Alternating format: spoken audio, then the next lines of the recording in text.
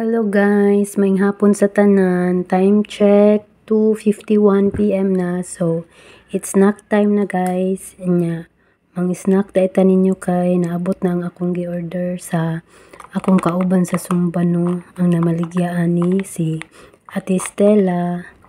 Shout out Ate Stella, thank you sa free delivery.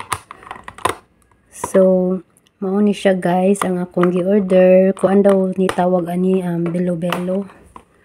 But mura siya same ra sa kuan kanang binignit. Ban upo ka try unsa ning belo-belo unsay taste ani niya. So maong nag-order ko for the first time ani. And let's see if same ba jud siya sa binignit og lami no. So mao na ni siya guys. In fairness, worth it ra no, sa price tag 100 ra day ni siya niya. As you can see, kanang puno kay siya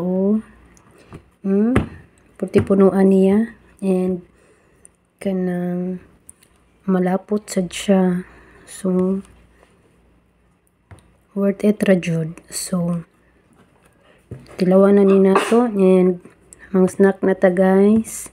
Ang snack na sad mo diha. Thank you for watching. Bye-bye.